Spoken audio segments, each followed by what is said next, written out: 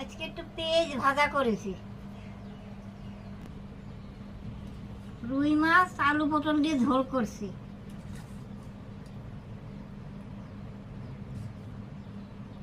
খেয়ে নেই, আজকে 12টা বাজে গেছে খেতে খেতে, খুব খিদে পাইয়ে গেছে।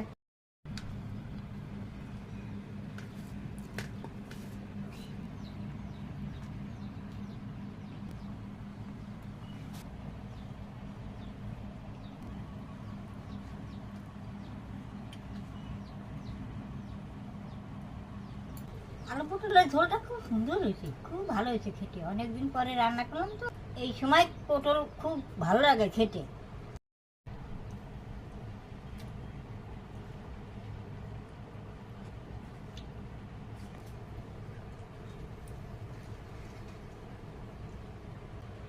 ভিডিওগুলো ভালো লাগলে লাইক কমেন্ট করে দিবা।